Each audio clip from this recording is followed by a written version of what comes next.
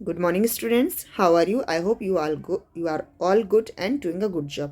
Hello बच्चों, कैसे हो? उम्मीद है आप सभी अच्छे और अपनी पढ़ाई भी अच्छे से कर रहे हैं। आज मैं आपको करा रही हूँ आपकी वर्कशीट नंबर 27, जो कि आपकी साइंस की वर्कशीट है।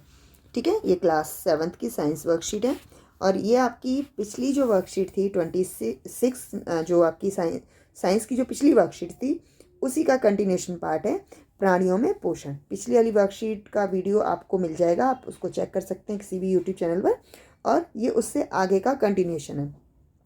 इसकी डेट है 28 अक्टूबर 2021। तो before starting this worksheet you have to write down your class with section, your name and your class teacher name, and after that you have to continue this worksheet. So let's start this worksheet. इस part में हमने सीखा है प्राणियों में पोषण का मतलब है कि प्राणियों में खाना कैसे खाया जाता है, कैसे उसका पाचन होता है और कैसे हमें खाने के पाचन से क्या क्या प्राप्त होता है। तो पिछली वर्कशीट में हमने जो डिस्कस किया उसे आज हम कंटिन्यू कर रहे हैं। नंबर 5 पर पॉइंट दिया है, मंड या स्टार्च की तरह कार्बोहाइड्रेट का पाचन मुख से ही प्रारंभ हो जाता है। प्रोटीन का पाचन अमाशय में प्रारंभ होता है। यकृत द्वारा स्रवित पित्त अग्नाशय से अग्नाशयी रस और शुद्रांत यानी कि छोटी आंत भित्ति, शुद्रांत भित्ति छोटी आंत की दीवार द्वारा श्रावित पाचक रस की क्रिया से भोजन के सभी घटकों का पाचन शुद्रांत में पूरा हो जाता है। बचा हुआ भोजन छोटी आंत में रक्त वाहिकाओं द्वारा अवशोषित होता है। तो हमने एक वर्कशीट जो की थी उसमें बताया था कि जो पाचन है यानी खाना खाने के बाद उसका पचना मुंह से ही शुरू हो जाता है।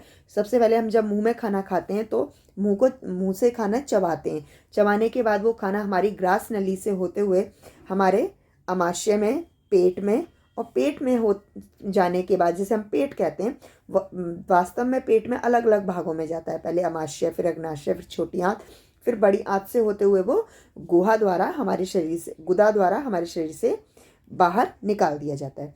तो जब मुंह में कार्बोहाइड्रेट का जो पाचन है, मंड जो होता है या स्टार्च होता है, वो एक प्रकार का कार्बोहाइड्रेट ही होता है जो कि चावल में बहुत अधिक मात्रा में पाया जाता है और गेहूं में भी बहुत अधिक मात्रा में पाया जाता है।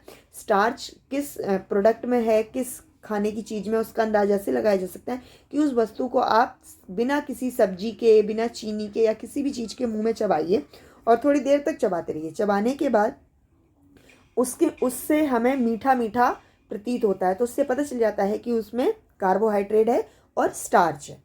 ठीक है, तो स्टार्च और कार्बोहाइड्रेट दोनों का पाचन मुख से स्टार्ट होता है। प्रोटीन का है जो पाचन होता है वो मुख से स्टार्ट नहीं होता है, वो हमारे अमाशय से स्टार्ट होता है। जब अमाशय प्रोटीन को पाचित करने के लिए जो रस निकाला जाता है, जिसे जो पीयूष ग्रंथि निकालती है, उससे वो रस निकलने के बाद ही प्रोटीन का पाचन हमारे अमाशय में स्टार्ट होता है।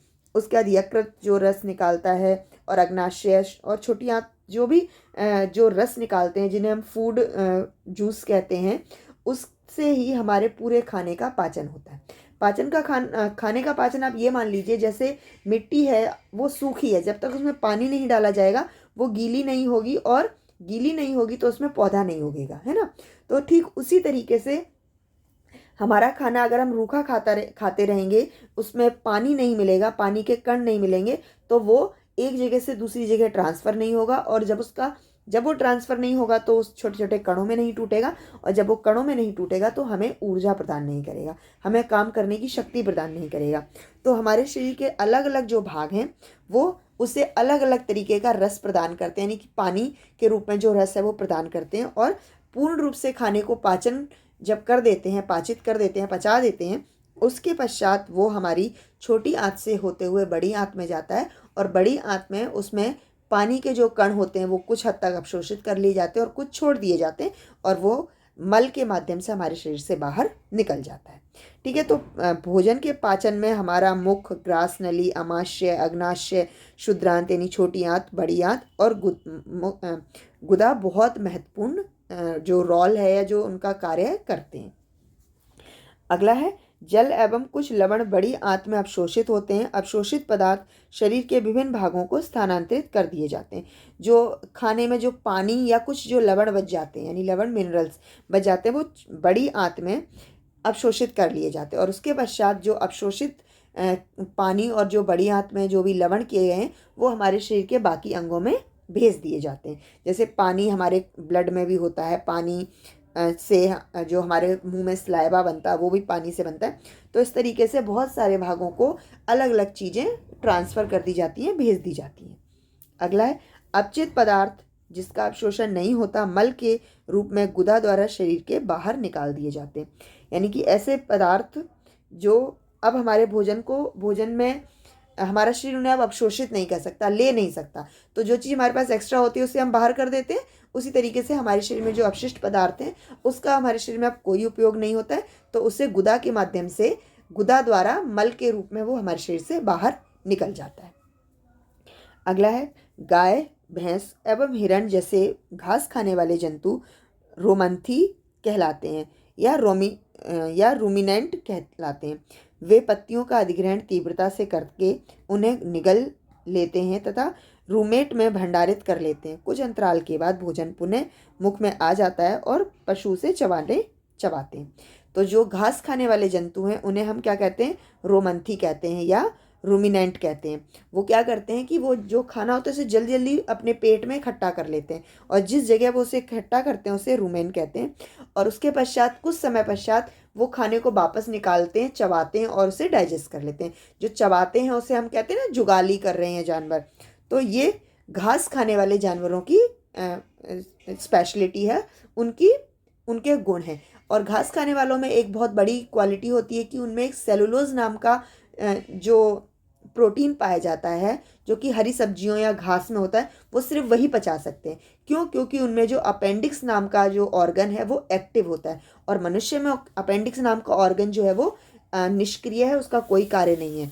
तो जब कई बार गलती से अपेंडिक्स में कोई खाने का कण चला जाता है तो उसमें दर्द होने लगता है और हमारे शरीर से उसे काट कर अलग कर दिया जाता है, तो हमारे शरीर पर कोई असर नहीं होता है। पर जानवरों में अपेंडिक्स जो ऑर्गन है वो बहुत एक्टिव होता है और वही उन्हें सेलुलोज यानी घास के खाने को पचाने में सहायता करता है। अगला है अमीबा में भोजन का अंतर्ग्रहण पादाब की सहायता से होता है तथा इसका पाचन खाद्य धानी में होता है। पादाब होते हैं जो उसके नकली के पैर जो वो अपने बना लेता है। अमीबा की शेप आप लोगों ने अगर उसमें देखी होगी फोटो में, तो कभी ऐसी होती है, कभी ऐसी होती है, तो वो अपनी शेप बदलता रहता है। और जो उसके ये पैर बन जाते हैं नकली वाले पैर, ये शेप वो तब बनाता है जब उसे कोई खाना पकड़ना होता है। ये उसका केंद्रक होता है जो कि डिवाइड हो जाता है अगर नया अमीबा बनता है। तो इन नकली के पैरों को पादाब कहते हैं और इन्हीं के माध्यम से वो खाने को पकड़ता है और खा लेता है। और उसका जो खाना है वो एक धानी करके, रस धानी करके उसके शरीर में एक और अंग होता है उसमें पचाया जाता है। ठीक है, तो अब आगे हम इन प्रश्नों को हल करते हैं। पहला प्रश्न है तालिका में उपयुक्त विकल्प का चयन कर रिक्त स्थानों की पूर्ति कीजिए। ठीक है, तो पहला प्रश्न दिया गया पाचन तंत्र का वह भाग जो पित्त रस को श्रावित करता है क्या कहलाता है? वो यकृत कहलाता है। पित्त रस जो होता है वो यकृत में श्रावित होता है। ठीक है, अगला है पाचन कहाँ पूर्ण होता है? तो पाचन छोटी आंत या क्षुद्रांत में पूर्ण होता है।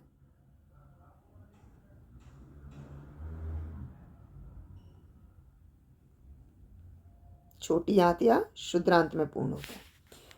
इस भाग से मल बाहर निकाल दिया जाता है। तो किस भाग से मल बाहर निकाला जाता है? गुदा के माध्यम से। ठीक है, वह अंग जिसमें अमीबा अपना भोजन पचाता है उसे क्या कहते हैं? खाद्य धानी।